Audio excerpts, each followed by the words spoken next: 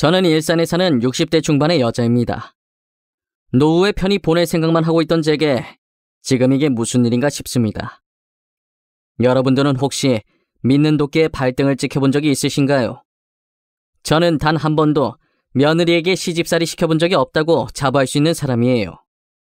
그렇게 딸처럼 생각한 며느리에게 크나큰 실망감을 느끼게 되었습니다. 가족을 믿은 죄밖에 없는 제게 이 세상은 너무 가혹하네요. 지금부터 기막힌 저의 이야기를 이곳에 한번 적어보려고 합니다. 저는 몇십 년 몸담그고 있던 회사를 퇴직하고 노후 준비를 하고 있는 중이었습니다. 사실 일을 그만두면 퇴직금으로 개인 식당을 해보려는 생각이 있었어요. 하지만 막상 일을 그만두고 나니 이제껏 쉬지 않고 일만 하며 살아왔던 제 자신에게 지금까지 수고했다며 보상을 해주고 싶더라고요. 그리고 이 나이에 새롭게 무언가를 시작한다는 게 쉬운 일도 아니었고요. 그래서 하나뿐인 아들에게 제 고민을 털어놓기 시작했죠. 아들아, 내가 원래 하고 싶은 일이 있었는데 막상 일을 그만두고 나니 새롭게 시작하기에 사실 겁도 나고 그동안 열심히 일했으니 쉬고 싶은 생각도 드는구나. 어머니, 그 돈은 몇십 년간 어머니 세월에 바친 돈이에요. 저는 어머니가 그 돈으로 여행을 가시든 하고 싶은 일을 하시든 늘 응원해요. 그러니 하고 싶은 걸 하세요. 이 나이 먹도록 제대로 여행 한 번을 못 가봤더구나. 내가 얼마나 더 살지 모르겠지만 한 번쯤은 나도 제대로 된 여행을 가보고 싶어. 오래 사셔야죠. 벌써부터 그런 말 하시면 어떡해요. 제가 어머니 모시고 다녔어야 하는데 저 사는 것도 바빠서 어머니를 챙기지 못했네요. 죄송해요. 뭐가 죄송해. 이렇게 말썽 한번 안 피우고 바르게 자라준 것만으로도 효도한 거지. 나 혼자 키웠어도 너가 알아서 다 하니까 하나도 안 힘들었어. 어머니, 그 돈도 저를 위해 쓰려고 하지 마시고 꼭 어머니를 위해 쓰세요.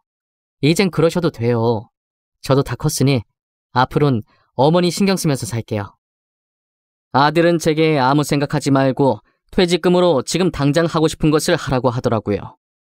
제가 무슨 선택을 하든 늘 옆에서 응원한다면서요. 저는 죽을 때 이 돈을 가지고 갈 것도 아니니 그냥 그동안 못 갔던 여행이나 실컷 떠나보자고 마음먹었어요. 부푼 마음으로 어떤 곳으로 가면 좋을지 이곳저곳 알아보고 있었어요. 아들도 제가 보기 편하게 여러 가지 관광지 사진들을 정리해서 보내주더라고요. 아들이 보내준 사진들을 확인하던 도중에 저희 집 벨이 울리더라고요. 이 시간에 올 사람이 없는데 혹시나 택배 올 게 있나 싶어서 문을 열어보니 며느리가 앞에 서 있었어요. 연락도 없이 온 며느리를 보고 당황했지만 일단 집 안으로 들어오라고 했죠. 그런데 제가 퇴직금 받았다는 걸 어떻게 알았는지 며느리가 소파에 앉자마자 다짜고짜 제 퇴직금 얘기부터 하더라고요. 어머님, 퇴직금 받으셨다면서요? 어쩌다 그이가 어머님이랑 얘기하는 거 들었어요.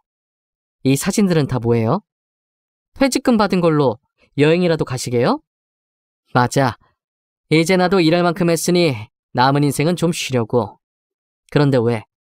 무슨 일로 아침 대바람부터 우리 집까지 온 거야?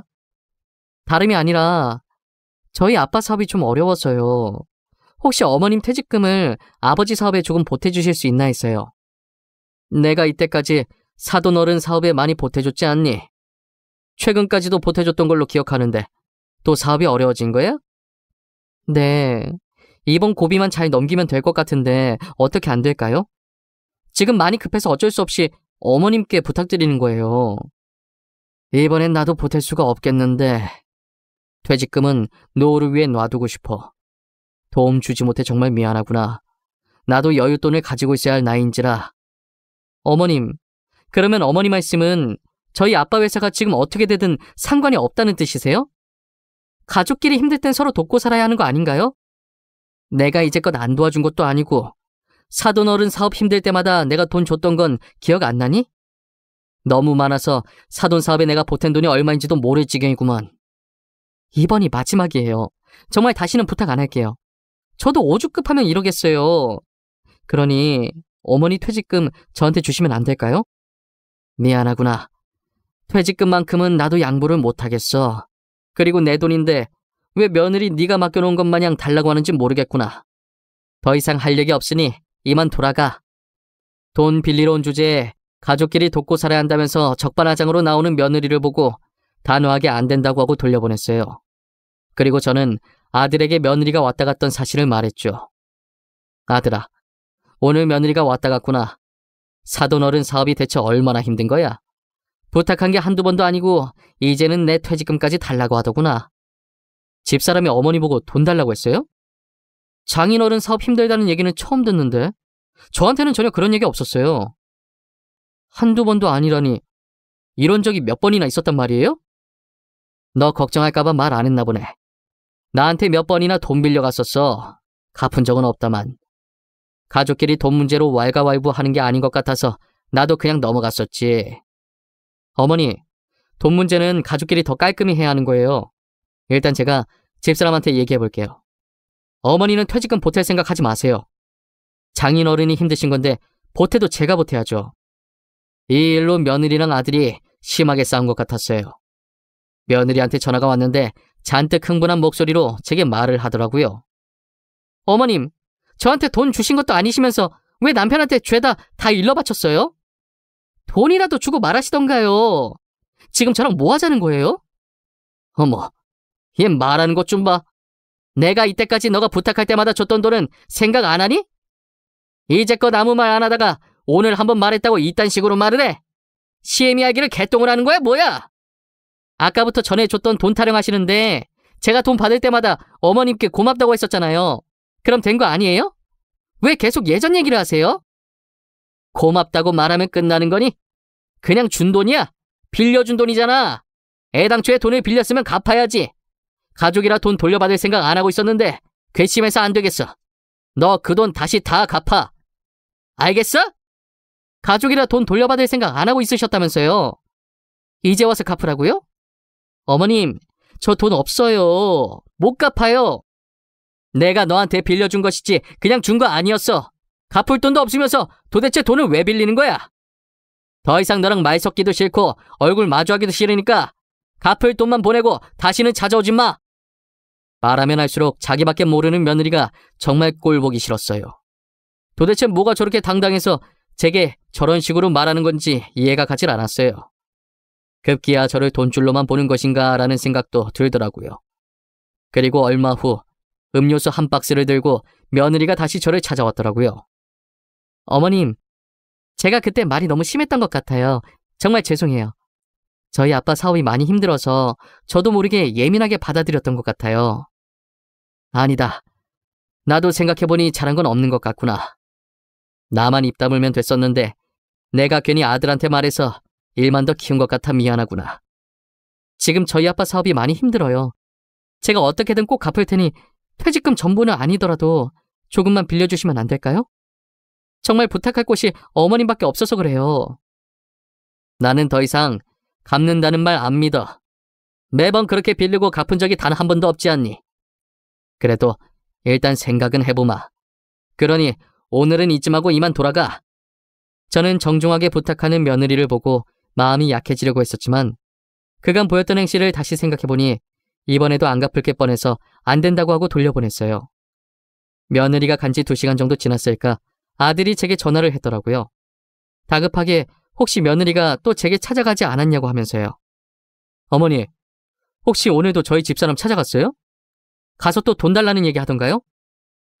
저희 싸울까봐 걱정돼서 숨기지 말고 괜찮으니까 저한테 솔직하게 다 말씀해주세요. 그게 아까 아침에 찾아오긴 했어. 음료수 한 박스 들고 죄송하다고 사과하더라고. 사돈어른 사업 때문에 걱정이 돼서 그런 건지 살도 좀 빠진 것 같고. 혹시나 하는 말인데 다음에도 저희 집사람 돈 얘기 꺼내면 절대 빌려주지 마세요. 알겠죠? 다른 데 투자해서 돈 없다고 대충 거짓말하고 돌려보내세요. 도대체 무슨 일이야? 나한테 설명을 해줘야 나도 거짓말을 하든 말든 하지. 무턱대고 거짓말하기엔 좀 그렇지 않니? 아니 그게 집사람이 하도 어머니를 찾아가길래 제가 장인어른께 전화를 드렸었거든요. 사업이 얼마나 힘드신 거냐고 집사람이 지금 계속 어머니한테 찾아가서 돈을 빌린다고요. 사돈어른이 뭐라고 하시던 진짜 사업이 많이 힘드시대? 도대체 얼마나 힘드시다니? 아니요. 정 힘들면 제가 조금 보태드린다고 말하니까 저보고 지금 무슨 소리 하냐고 하시던데요? 장인어른 사업 괜찮대요. 이제껏 휘청인 적이 없으셨대요. 잠시만. 그러면 그동안 며느라기가 빌려간 돈은 뭐냐? 지금까지 나한테 거짓말 치고 돈을 가져갔다는 말이야? 도대체 내 돈이 다 어디로 간 거야? 제가 이때까지 집사람이 어머니께 돈 빌린 거 말씀드리니 장인어른은 전혀 모르시는 눈치였어요. 오히려 자기 딸이 돈을 빌렸냐고 저한테 되물으시던데요? 일 커질까봐 제가 잘못한 것 같다고 둘러댔어요. 아들이 직접 알아보니 사돈어른 사업은 전혀 문제가 없었더라고요. 혹시나 마음 약한 제가 또 며느리에게 속고 돈을 빌려줬을까봐 노심초사한 것이죠. 그래서 아들이 사돈어른이랑 전화를 끝마치자마자 바로 제게 전화를 한 것이에요. 저는 지금까지 며느리가 가져갔던 제 돈의 행방이 제일 궁금했어요. 그동안 며느리는 사돈어른 사업 핑계대고 제 돈을 빼돌려서 본인 사치하는 데 썼더라고요. 모든 사실을 알게 된 저는 곧바로 며느리를 저희 집으로 오라고 했어요. 그동안 내가 사돈 사업에 보태라고 줬던 돈들 다 어디다 갖다 썼니? 험한 꼴 보기 전에 사실대로 말하는 게 좋을 거야. 어머님, 갑자기 무슨 말씀이세요? 당연히 저희 아빠 사업에 보태드렸죠. 제가 사업 때문에 빌린 돈을 감히 어디다 쓰겠어요? 역시 사실대로 말 안 할 줄 알았어. 사돈어른 사업이 휘청이기는커녕 이때까지 내 돈 받아가서 너가 사치하는 데 썼다며? 아니, 그걸 어떻게... 어머님, 며느리가 돈 좀 쓸 수도 있지. 가족끼리 진짜 왜 그러세요? 그냥 딸 같은 며느리 용돈 주셨다고 생각하시면 안 되는 거예요? 너가 그냥 돈 달라고 한 게 아니잖아. 그리고 잘못은 지가 해놓고 어디서 큰 소리야? 정말 다시는 너를 보고 싶지 않구나. 앞으로 어떤 이유에서든 우리 집에 올 생각하지 말거라. 제가 다 알고 있다고 하자 처음엔 당황해하는 것 같더니 이내 다시 표정을 바꾸고 그럴 수도 있는 거 아니냐며 달려드는데 정말 온몸에 소름이 끼치더라고요. 저는 100번 이해해서 그래도 가족이니까 그냥 용돈 줬다는 셈치고 넘어가려고 했어요. 며칠 뒤 아들에게 전화 오기까지만 해도 돈을 받지 않겠다던 제 생각에는 변함이 없었죠. 아들은 며느리가 제게 거짓말해서 돈을 받고 그 돈으로 사치하는 데 썼다는 걸 알아낸 후부터 어딘가 좋지 않은 느낌을 받았다는 거예요.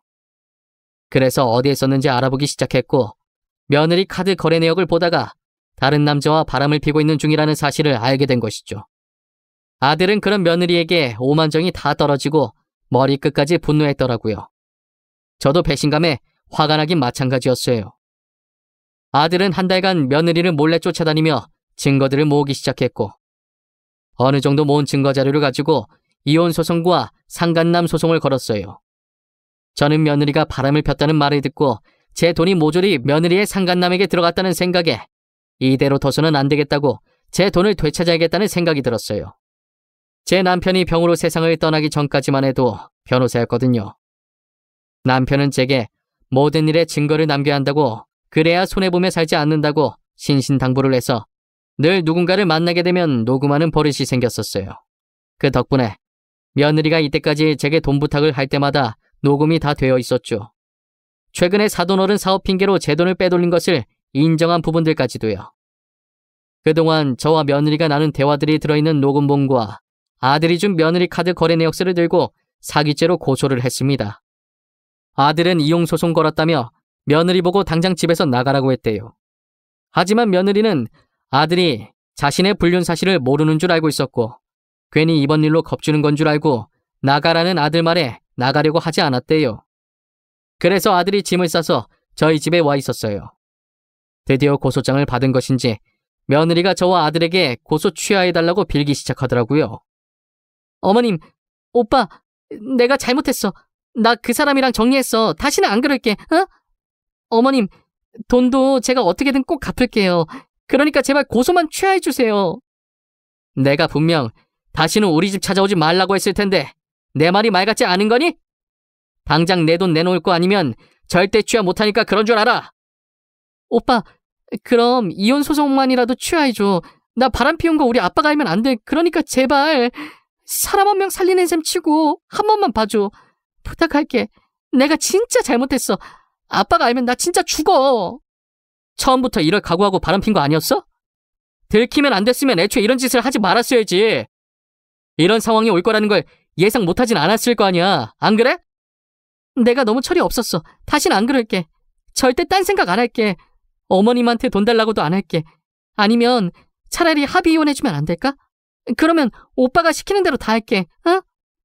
미안한데 누구조차고 합의 이혼을 넙죽해줘. 내가 지금 이혼이 목적이라고 생각해? 어떤 선택을 하든 내가 손해인데 네 말을 왜 들어? 나는 이제 네가 어떻게 되든 전혀 상관이 없어.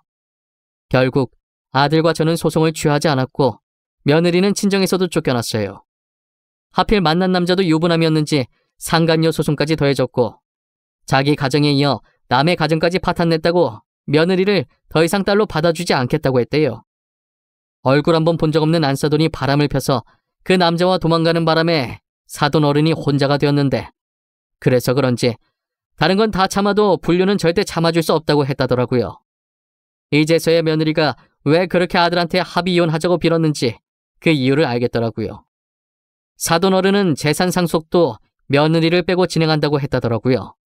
그리고 딸 잘못 키워서 미안하다며 재산의 일부를 아들에게 줬습니다. 저 또한 그동안 자신의 못난 딸 때문에 마음고생 많이 하셨다면서 아들을 통해서 일부를 주셨어요. 솔직히 이 돈으로 마음의 상처가 완전히 치유되는 것은 아니었지만 그래도 제가 받아줘야 사돈어른 마음이 조금이나마 편해지실 것 같아서 받기로 했어요. 며느리는 온갖 위자료를 물게 되어 지금은 빚더미에 쌓인 상태가 되었습니다. 사돈어른은 더 이상 딸이 아니라고 하면서 해결해줄 마음이 전혀 없어 보였어요. 갈 곳 없는 처지인 며느리는 계속 사돈어른과 제 집을 반복해서 방문하여 잘못했다고 받아달라고 빌고 있습니다. 친아버지에게 버림받은 마당에 저희도 받아줄 마음이 전혀 없네요. 저도 제 돈만 빼돌렸으면 그냥 용돈 줬다는 셈치고 넘어갔을 텐데 불륜은 남의 눈에 피눈물 나게 하는 행위라 절대 용서할 수 없었어요. 받아줄 때까지 저러고 있을 것 같은 눈치라 결국 아들과 저는 이사를 갔습니다. 2번 다시는 저희 눈앞에 나타나지 않았으면 하는 바람이에요. 그리고 지금은 좋은 일이 있으려고 이렇게 크게 액땜을 하는 거라고 좋게 생각하려고요. 안 좋은 일이 있었던 만큼 앞으로는 행복한 일들만 가득했으면 좋겠네요. 제 사연 들어주신 모든 분들 늘 행복하시고 좋은 하루 보내시길 바랄게요. 감사합니다.